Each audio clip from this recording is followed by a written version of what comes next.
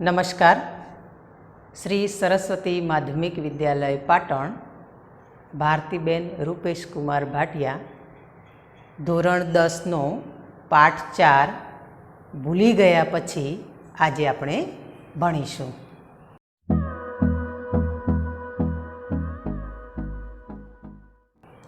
लेखकनुं पूरुं नाम छे रघुवीर दलसिंह चौधरी।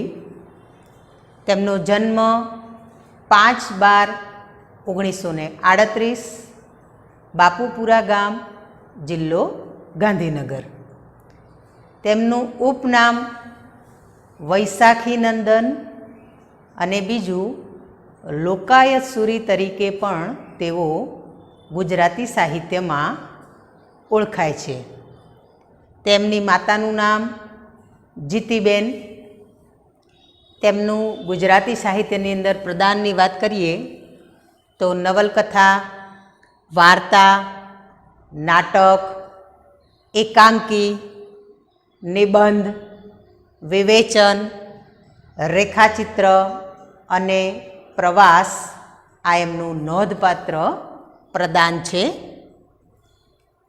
गुजराती साहित्यनी अंदर एमनी नवलकथाओनी वात करीए तो अमृता, वेणुवत्सला, उपरवास, कथात्रयी, लागणी, गोकुळ मथुरा द्वारका अने सोमतीर्थ। तेमना वार्ता संग्रहोनी वात करीए तो आकस्मिक स्पर्श, नंदीघर अने प्राण प्रतिष्ठा।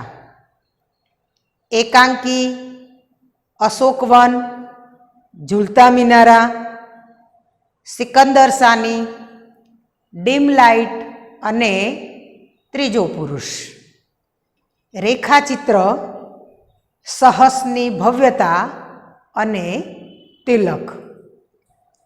आ गुजराती साहित्य में विशेष नोंधपात्र प्रदान बदल तेमने केटलाक उत्कृष्ट पारितोषिक पण मळेला छे। ए पारितोषिक में भारतीय ज्ञानपीठ एवोर्ड, रणजीतराम सुवर्णचंद्रक, कुमारचंद्रक, दिल्ली साहित्य अकादमी पुरस्कार, दर्शक एवोर्ड, कन्हैयालाल माणिकलाल मुंशी सुवर्णचंद्रक, नंदशंकर मेहता चंद्रक, गोवर्धन राम त्रिपाठी पुरस्कार अने गुजराती साहित्य अकादमी पुरस्कार पण एमने मेळवेलो छे। आपणे भारतीय ज्ञानपीठ एवोर्डनी थोड़ी बात करिए तो आ एक सर्वोच्च राष्ट्रीय पुरस्कार छे जेना स्थापक साहू शांति प्रसाद जैन हता। भारतीय ज्ञानपीठ एवोर्ड एक साहित्यिक पुरस्कार छे। कोईपण भारतीय नागरिक जे भारतनी मान्य भाषा में साहित्य सर्जन करे तेने आ पुरस्कार प्राप्त थाय छे। आ पुरस्कारनुं नाम संस्कृत शब्द ज्ञान परथी राखवामां आव्युं छे। जे व्यक्ति आ पुरस्कार प्राप्त करे छे तेने 11 लाखनो चेक मळे छे। सरस्वती मातानुं रजत चंद्रक प्राप्त थाय छे अने साथे साथे एक प्रशस्ति पत्र एटले के प्रमाणपत्र पण ते मेळवे छे। भारतनी 3 भाषाओमां आ भारतीय ज्ञानपीठ एवोर्ड आपवामां आवे छे, जेमां मलयालम, कन्नड़ अने गुजराती भाषानो समावेश तेमां करवामां आवे छे।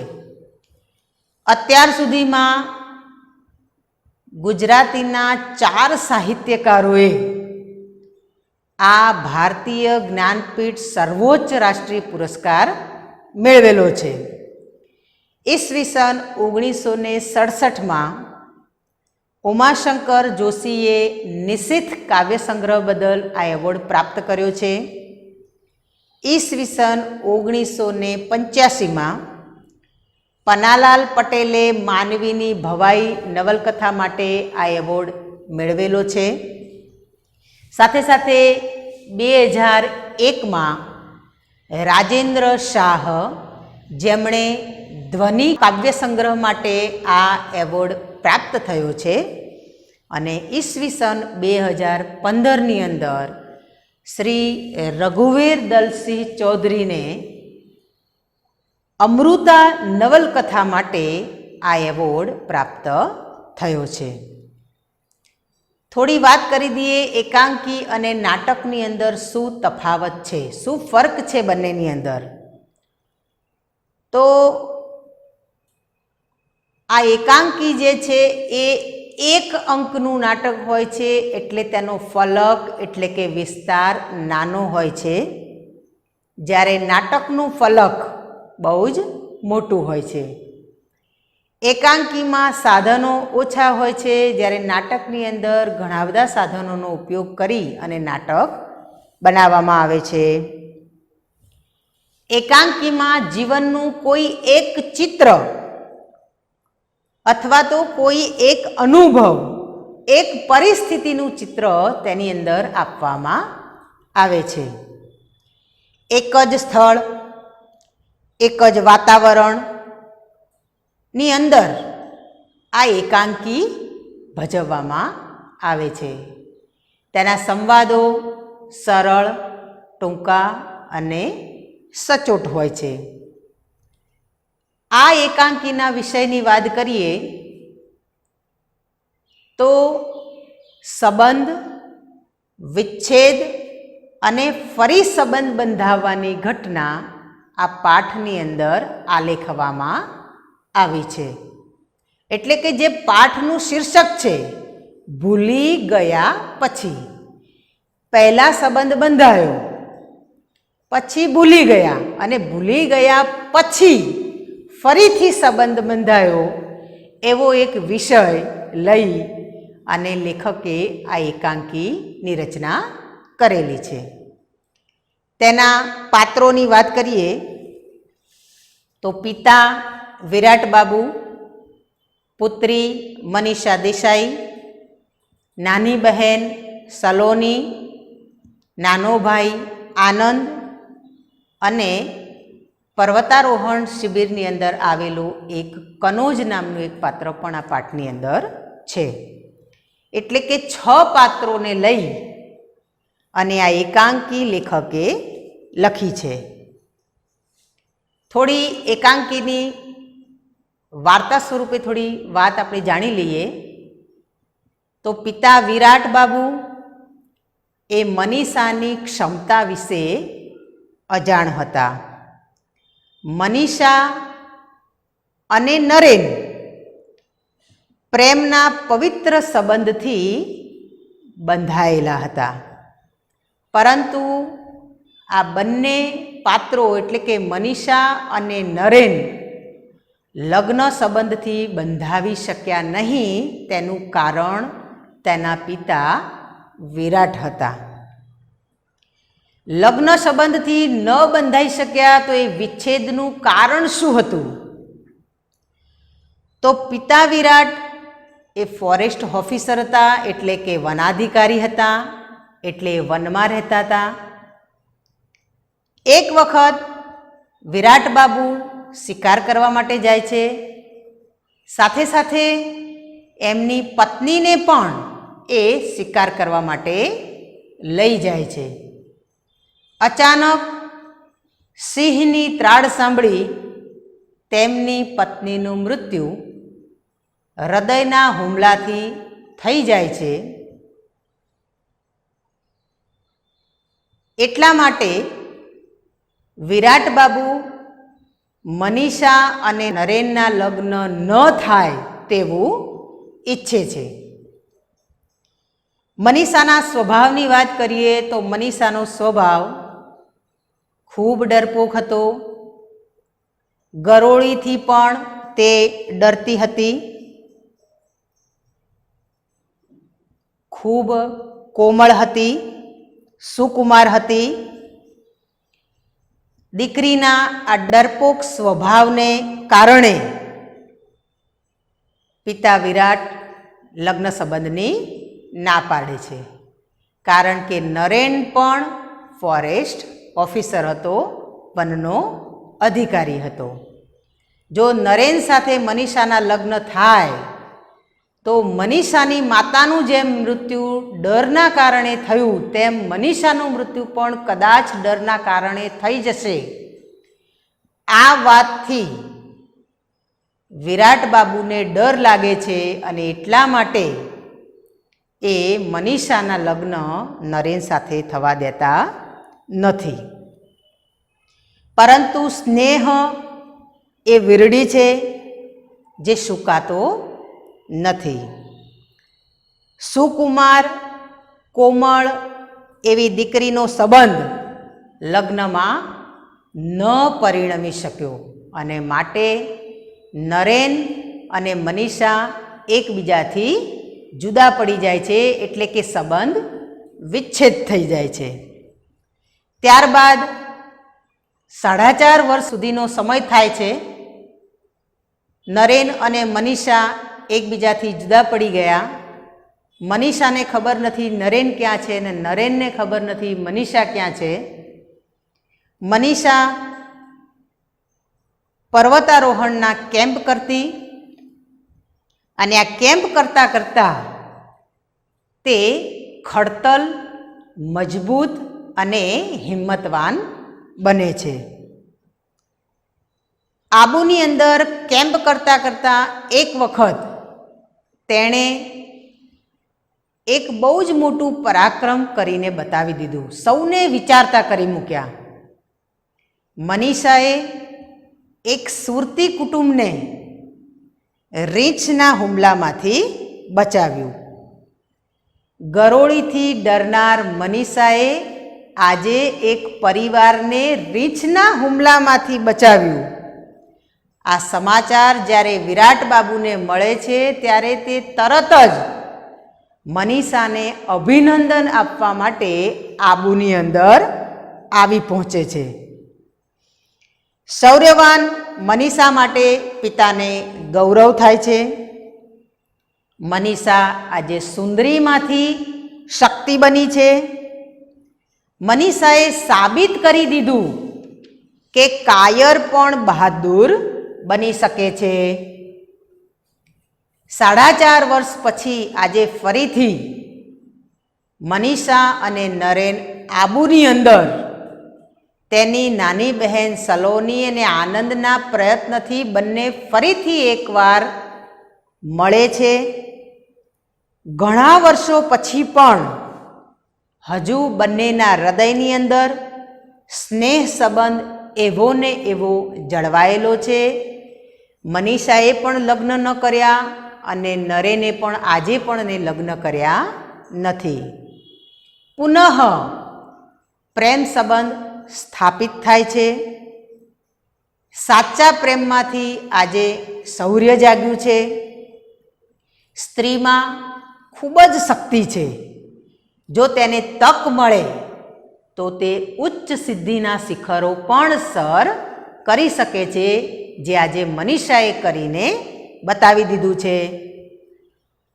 હંમેશા નિઃસ્વાર્થ પ્રેમ એ ઉર્ધ્વગતિ આપે છે. પ્રેમ એ કોઈ મુદતી વસ્તુ નથી, પણ એક સ્થાયી આવિર્ભાવ છે. પશુ અને પ્રાણીઓ સાથે પણ જો પ્રેમ રાખીએ તો તેઓ હિંસક બનતા નથી. તે વાત આ પાઠમાંથી આપણને જાણવા મળે છે. આ પાઠની અંદર પ્રકૃતિ પ્રેમની પણ ખૂબ સરસ વાત કરી છે. આ પાઠમાંથી આપણને એક બોધ મળે છે કે જો માણસ હિંમતપૂર્વક કોઈ પણ કામ કરવા માટે તૈયાર થાય તો તે લક્ષ્ય સુધી હંમેશા પહોંચી શકે છે. કાળા માથાનો માનવી જે ધારે તે કરી શકે છે તે વાત લેખકે મનીષાના પાત્ર દ્વારા રજૂ કરી છે. અને છેલ્લે માણસ માટે કશું જ અશક્ય નથી, તે જે મનમાં ધારે તે વાતને એ પૂર્ણ કરી શકે છે. તો આજે આપણે આ પાઠ જોઈએ. ભૂલી ગયા પછી શરૂઆતમાં પાત્રોની વાત કરી છે. આ પાઠ જે છે એનો સાહિત્ય પ્રકાર એકાંકી છે અને આ પાઠનો સંદર્ભ ગ્રંથ એ ત્રીજો પુરુષ છે.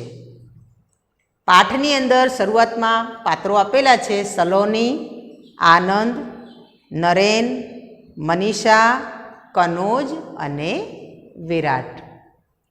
સૌથી પહેલાં દ્રશ્ય એક બતાવ્યું છે કે આબુ પર પર્વતારોહણ શિબિરમાં આવેલા સલોની અને કનોજ ખભે દોરડા ભરાવી સ્ફૂર્તિથી ચાલ્યા આવે છે.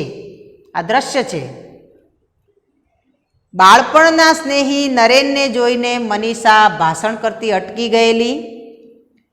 અકસ્માતો નડવા છતાં એણે હિમાલયના શિખરો સર કરેલા અને ગઈકાલે એણે એક સુરતી કુટુંબને રીંછ સામે રક્ષણ આપી બચાવી લીધું. આ વિશે વાતચીત થાય છે સલોની અને નરેનભાઈની વચ્ચે. હવે બંને વનાધિકારી નરેનના નિવાસે આવી પહોંચ્યા. સલોની કહે છે, નરેનભાઈ, ગઈકાલે ચારેકના અરસામાં ભરત ટેન્ક પાસે થઈને પસાર થયા હતા. અરસા એટલે સમય.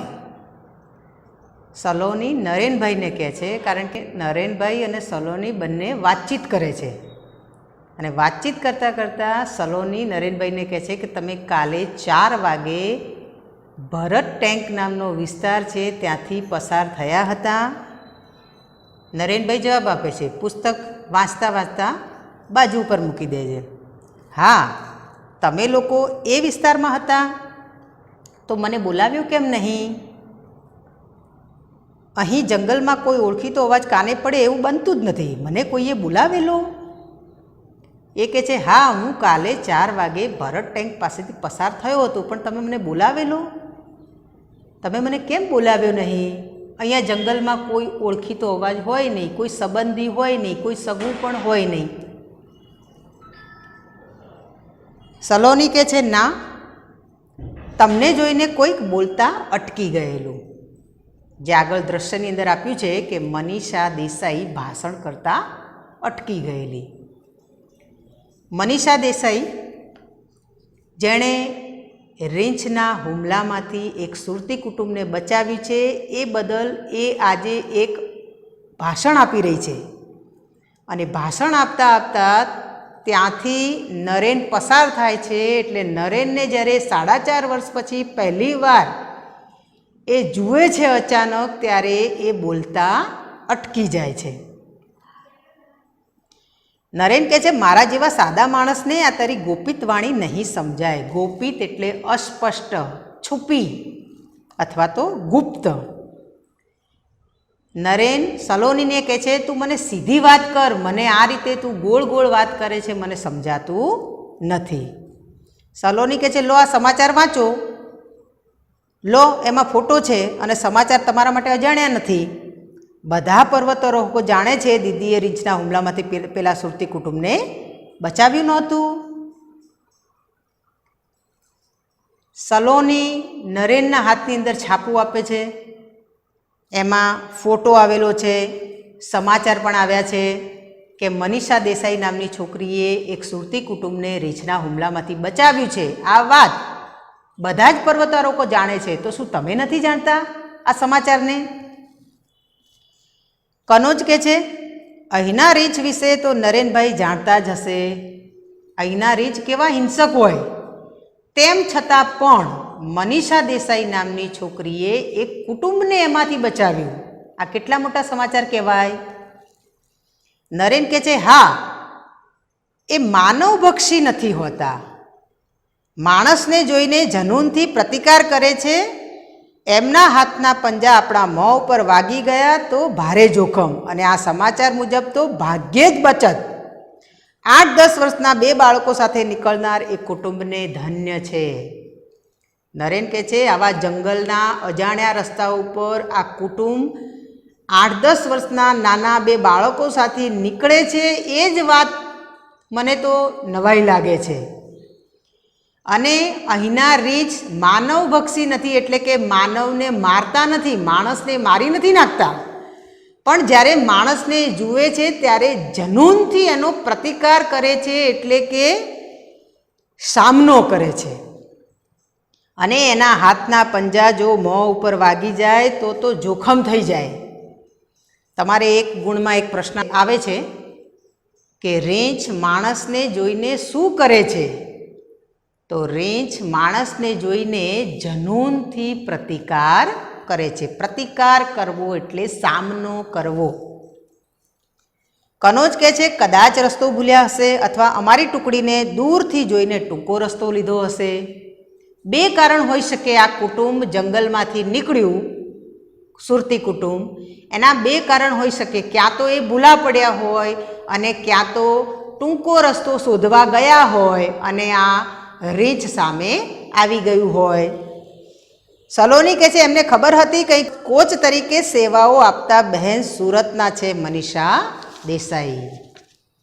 એ સુરતી કુટુંબને ખબર હતી કે અહીંયા જે કોચ તરીકે સેવાઓ આપી રહ્યા છે એ બેન સુરતના જ છે, અને એમનું નામ મનીષા દેસાઈ છે. સલોનીને એમ લાગ્યું કે કદાચ હમણાં નરેન મનીષા દેસાઈનું નામ, સુરતનું નામ સાંભળીને હમણાં આશ્ચર્યચકિત થશે અને કોઈક સામેથી પ્રશ્ન કરશે. એટલે નરેન ધીમેથી કહે છે, મનીષા, સુરત, ખેર, જે હોય તે સારું થયું આ સમાચાર છપાયા, તેથી લોકો જરા સંભાળીને ફરશે. આ સમાચાર છપાયા છે એટલે જંગલના રસ્તેથી, એટલે કે અજાણ્યા રસ્તેથી અજાણ્યા લોકો જતા અટકશે. સારું થયું આ સમાચાર વર્તમાનપત્રમાં છપાયા. સલોનીએ જ્યારે કહ્યું ત્યારે જરા નરેનભાઈને નવાઈ લાગી કે મનીષા દેસાઈ, સુરત, આ નામ તો સાંભળેલું લાગે છે. સલોની કહે છે, આમાં પણ તમને કશું રોમાંચક ન લાગ્યું? રોમાંચક લાગવું એટલે રૂવાડા ઊભા કરી દે તેવું. શું મારા મોઢામાંથી મનીષા દેસાઈનું નામ, સુરતનું નામ સાંભળીને આ વર્તમાનપત્રની અંદર ફોટો છપાયો છે, ફોટો જોઈને તમારા રૂવાટા ઊભા ન થયા? નરેન કહે છે, તું કેમ આજે બધું આ રીતે પૂછે છે? છે શું સલોની? હજી નરેનભાઈને સમજાતું નથી કે આ મનીષા દેસાઈ કોણ છે. આ મનીષા દેસાઈ નો ફોટો જે છપાયો છે એ કોણ છે એ હજી એને સમજાતું નથી. સલોની કહે છે, એ જ કે હું પૂછું છું કે બધું એળે જાય છે. હું ક્યારની મનીષા દેસાઈની વાત કરું છું એ તમે સાંભળતા નથી? એળે જાય છે એટલે વ્યર્થ ગઈ, નકામી ગઈ એ વાત. તમે આવા શુષ્ક ક્યારથી થઈ ગયા? શુષ્ક એટલે નીરસ. હું મનીષાની બેન છું, નાની. હું મનીષા દેસાઈની વાત કરું છું, એ સુરતની છે વાત કરું છું, એનો ફોટો તમને બતાવું છું, તોય તમે બિલકુલ નીરસ થઈ ગયા છો. મમ્મી તો કહેતી હતી કે મામાના નરેનભાઈ મોટા કવિ થશે, કારણ કે નરેન નાનપણથી જ કવિતાઓ લખવાનો શોખીન હતો. કહે છે કે નૈસર્ગિક સૌંદર્ય પાછળ તમે ગાંડા હતા, તેથી તો ફોરેસ્ટ ઓફિસરની તાલીમ લીધેલી. નરેનભાઈને પ્રકૃતિ સાથે રહેવું ખૂબ ગમતું હતું. પ્રાકૃતિક વાતાવરણની અંદર તેમને ખૂબ મજા આવતી હતી, એટલા માટે જ એમણે ફોરેસ્ટ ઓફિસરની તાલીમ લીધી અને કાયમ માટે જંગલની અંદર રહેવા માટે ચાલ્યા ગયા. નરેન કહે છે એમાં તથ્ય હશે. તથ્ય એટલે હકીકત. કદાચ તમારી મમ્મીની વાત સાચી હશે, એ હકીકત છે, પણ મારી રીતે હું કહું તો હું માનવ હૃદયના સૌંદર્ય પાછળ ગાંડો હતો. નૈસર્ગિક સૌંદર્ય મને ગમતું હતું, પ્રકૃતિ મને ગમતી હતી, કારણ કે નરેનભાઈ પ્રકૃતિને પોતાની માં માને છે, એટલે પ્રકૃતિ સાથે રહેવું એમને ગમે છે. પણ સાચી વાત એ છે કે માનવના આંતરિક ગુણને એ વધારે મહત્ત્વ આપે છે, અને એટલા માટે કહે છે કે હું માનવ હૃદયના સૌંદર્ય પાછળ ગાંડો હતો. એટલે પ્રકૃતિનું ખેંચાણ તો મને હતું જ, પણ એનાથી પણ વધારે મને માણસના આંતરિક ગુણોનું ખેંચાણ છે. એટલે કે માણસના હૃદયની સુંદરતાનું મને ખેંચાણ છે. પ્રકૃતિ એની બાહ્ય છબી હતી. છબી એટલે તસવીર. પણ જીવનમાં એક અણધારી ક્ષણ ઊંડો આઘાત કરી ગઈ. મૂળ વસ્તુ ગુમાવ્યા પછી એની બાહ્ય છબીનો, એટલે કે આ નૈસર્ગિક સૌંદર્યનો પણ એટલો મહિમા ન રહ્યો. હવે માત્ર નોકરી કરું છું, અલબત્ત નિષ્ઠાથી. નિષ્ઠા એટલે પ્રામાણિકતા. નરેનભાઈના જીવનની અંદર એવી એક અણધારી ક્ષણ આવી કે જેના કારણે એમના જીવનની અંદર ઊંડો આઘાત થઈ ગયો. કઈ ક્ષણ? તો કે નરેન અને મનીષાના લગ્ન પિતા વિરાટ બાબુએ થવા દીધા નહીં. આ અણધારી ક્ષણ એમના જીવનમાં આવી. મનીષા અને નરેન વિચ્છેદ થયો સંબંધનો, એટલે કે બંને એકબીજાથી અલગ થઈ ગયા. આ જે ઘટના હતી એ નરેનભાઈના જીવનની અંદર ઊંડો આઘાત કરી ગઈ. એટલે એમ કહે છે કે મેં મૂળ વસ્તુ ગુમાવી દીધી. એટલે કે મેં મનીષા દેસાઈને, જેની સાથે મારે પવિત્ર પ્રેમના સંબંધથી હું બંધાયેલો હતો, એ છોકરીને મેં ગુમાવી દીધી. એ પછી હવે નૈસર્ગિક સૌંદર્યનો મહિમા હવે મને રહ્યો નથી. હવે પ્રકૃતિ સાથે હું રહું છું, પણ મને એમાં હવે રસ નથી. હવે હું માત્ર નોકરી કરું છું, એ પણ પ્રામાણિકતાથી. સલોની કહે છે તમે લગ્નના બધા માંગા કેમ પાછા ઠેલો છો? એટલા માટે કે મનીષા દેસાઈ નામની એક નમણી ને નાજુક કન્યા પર તમે કવિતાઓ લખતા હતા, પણ એને લગ્નની ના પાડી. હજી નરેને 4.5 વર્ષ પછી પણ હજી લગ્ન કર્યા નથી. એને ઘણા બધા લગ્નના માગા પણ આવે છે, પણ એ પાછા ઠેલે છે, એટલે ના પાડી દે છે. તો સલોની એને કહે છે કે તમે કેમ ના પાડો છો? તમે કોઈ સારી છોકરી પસંદ કરીને એની સાથે લગ્ન કરી દો. શું તમે એટલા માટે ના પાડો છો કે તમને એક મનીષા દેસાઈ નામની છોકરીએ લગ્ન કરવાની ના પાડી, એટલા માટે તમે ના પાડો છો? નરેન કહે છે એ નાજુક ને નમણી હતી એ ખરું, પણ એના પર કવિતા નહોતો લખતો. હું એને જ કવિતા માનતો હતો. હું એના પર કવિતા લખતો નહોતો. એ ખુદ એક કવિતા હતી. એ સુંદર હતી. એના ગુણો જે હતા, એના એક સ્ત્રીના જીવનની અંદર જે કંઈ ગુણ હોવા જોઈએ એ બધા જ ગુણો એને મનીષા દેસાઈમાં દેખાયા છે. અને એટલે એ ગુણોના કારણે નરેન મનીષાને ચાહતો હતો અને ખુદ એને કવિતા માનતો હતો. અને બીજું, એણે ના નહોતી પાડી. ખેર, એ નાજુક કન્યાનું નામ મનીષા હતું, અટક દેસાઈ, અને ગામ સુરત હતું. તેથી આ ખડતલ અને નિર્ભય કન્યાને હું મારા પૂર્વજીવનની મનીષા માની લઉં. હવે તો એની અટક પણ બદલાઈ ગઈ હશે. હું માનું છું કે આ સુરતી કુટુંબને બચાવનાર મનીષા દેસાઈ છે, એનું ગામ સુરત છે, એની અટક દેસાઈ છે. એટલે હું એવું કેવી રીતે માની લઉં કે હું જેને ચાહતો હતો એ જ આ મનીષા દેસાઈ છે? હું જેને ચાહતો હતો એ મનીષા ડરપોક હતી, નાજુક હતી, નમણી હતી, અને આ તો ખડતલ અને નિર્ભય છે. તો હું આ છોકરીને મારા પૂર્વજીવનની મનીષા દેસાઈ કેવી રીતે માની લઉં? સલોની કહે છે અને ન બદલાઈ હોય તો? હવે તો એણે લગ્ન પણ કરી લીધા હોય મનીષા દેસાઈએ, એટલે એની દેસાઈમાંથી અટક પણ બદલાઈ ગઈ હોય, ત્યારે સલોની નરેનભાઈને જવાબ આપે છે, અને કદાચ એની અટક ન બદલાઈ હોય તો? એનો મતલબ એવો થયો કે એને લગ્ન જ ન કર્યા હોય તો?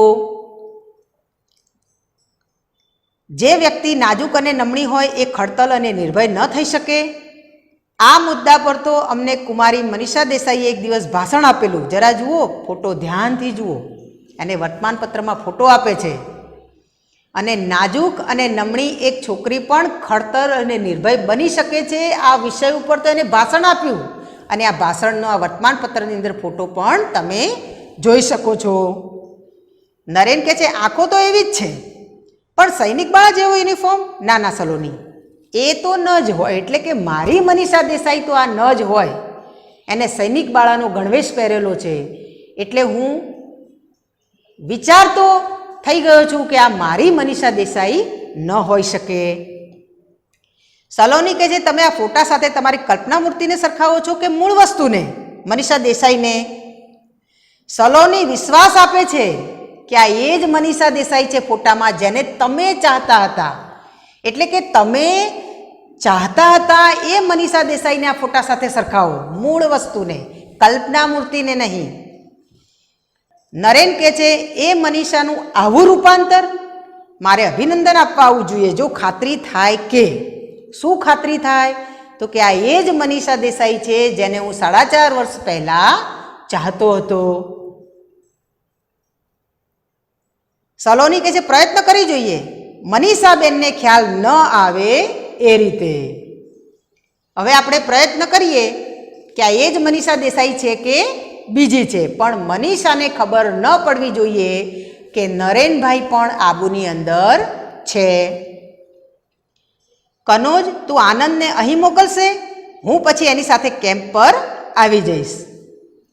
કનોજને કહે છે સલોની તું આનંદને અહીં મોકલ, હું અને આનંદ બંને કેમ્પ પર આવી જઈશું. એટલે સલોની અને નરેનભાઈના નિવાસ ઉપર બેઠા છે. સલોની કહે છે ચાલો વરંડામાં બેસીએ, સૂર્યનો પ્રકાશ છે, ત્યાં સુધીમાં તમારા બંગલામાં ફૂલ છોડની શોભા જોઈએ. વરંડો એટલે ખુલ્લી જગ્યા, પરસાળ. સલોની અને નરેનભાઈ એમના બંગલાની બહાર જે ખુલ્લી જગ્યા છે જ્યાં બગીચો છે સરસ, અને ત્યાં આવીને સૂર્યના પ્રકાશની અંદર બેસે છે અને ચારે બાજુ ફૂલ છોડને જુએ છે. નરેન કહે છે તું ચાલ, ખુરશીઓ હું લાવું છું. મારી અત્યાર સુધીની નોકરીમાં સૌથી સુંદર મકાન મળ્યું છે, જાણે કે હું અહીંનો માનવંતો મહેમાન ન હોઉં. નરેન સલોનીને પરસાળની અંદર મોકલે છે, વરંડામાં મોકલે છે. એ બંગલામાંથી ખુરશીઓ લઈને આવે છે અને પછી વાતચીત કરે છે કે અત્યાર સુધીની નોકરીમાં સૌથી સારું મકાન મને મળ્યું છે. સલોની કહે છે અરે પેલો ગુલમોહર કેવો ખીલ્યો છે. સરસ મજાનો ગુલમોહર જોઈ અને સલોનીને આનંદ આવે છે. નરેન કહે છે એની ઉંમર ખબર છે? આપણા બંનેની ઉંમરના સરવાળાથી પણ વધારે હશે. નજર પડી ત્યારે મને પણ આવો જ પ્રશ્ન થયેલો. એટલે કે આ જે ઝાડ છે એ ખૂબ જ ઘરડું છે, ખૂબ જ ઉંમરવાળું છે, તેમ છતાં પણ પ્રફુલ્લિત છે. આટલું ઘરડું ઝાડ આટલું પ્રફુલ્લિત થઈ શકે? એટલે કે ઘરડું ઝાડ પણ આનંદિત હોય છે. પ્રફુલ્લિત હોવું એટલે આનંદિત હોવું. એટલે કે એની ઉંમર છે પણ એનો આનંદ તો એવો ને એવો જળવાઈ રહ્યો છે. એ દેખાય છે આજે પણ એવું ને એવું ખીલેલું. એટલે માણસ પણ ઉંમર થઈ જાય, સમય થઈ જાય, પણ એની અંદરનો જે આનંદ છે, અંદરનો જે પ્રેમ છે એ ક્યારેય પણ સુકાવવો જોઈએ નહીં. દૂર જોતા અરે આ પેલો દોડતો આવે એ તો મનીષાનો નાનો ભાઈ, આટલા વર્ષે બાળક જ રહ્યો. બરાબર 4.5 વર્ષે હું એને જોઉં છું. આનંદ સામેથી દોડતો દોડતો આવી રહ્યો છે. આજે ફરીથી 4.5 વર્ષ પછી આજે નરેન એને પહેલી વાર જોઈ રહ્યો છે. સલોની કહે છે હવે કંઈ બાકી છે ખાતરી કરી લેવામાં? હવે તમને એવું લાગે છે કે મનીષા દેસાઈ નામની જે છોકરીને તમે ચાહતા હતા એ જ મનીષા દેસાઈનો આ ભાઈ છે, હું એની નાની બહેન છું, એ જ આ છોકરી છે જેણે એક સુરતી કુટુંબને બચાવ્યું છે. નરેન કહે છે હા, મૂળ વસ્તુ મનીષાનું મન. એટલે કે મનીષાનું મન હજી મારે ખાતરી કરવું પડશે કે આજે 4.5 વર્ષ પછી હવે એ મને ચાહે છે, એ મારી સાથે સંબંધ જોડાવા ફરીથી એ માગે છે. આવું એ સલોનીને કહે છે. સલોની કહે છે તમને દૂરથી જોતાં જ જેની વાણી ખોવાઈ ગયેલી તેના મન વિશે બાતમી આપનાર મારાથી ચડિયાતું તમને મળવાનું નથી. એ તમને ચાહે છે, એના પ્રેમમાંથી જ એનું શૌર્ય જાગ્યું હશે. એ નાની હતી ત્યારે ગરોળીથી પણ ડરતી હતી, સુકુમાર હતી, ડરપોક હતી, નાજુક હતી, નમણી હતી. આજે ખડતલ છે, નિર્ભય છે, હિંમતવાન છે. તો આ કેવી રીતે શક્ય બન્યું? તો કે આ તમારા પ્રેમમાંથી જ આ શૌર્ય એનામાં જાગ્યું છે. ભાષણ આપતા આપતા તમને જોઈને અટકી ગઈ હતી. શું આનાથી વધારે તમારે કેટલી ખાતરી જોઈએ કે આજે પણ મનીષા દેસાઈ તમને ચાહે છે?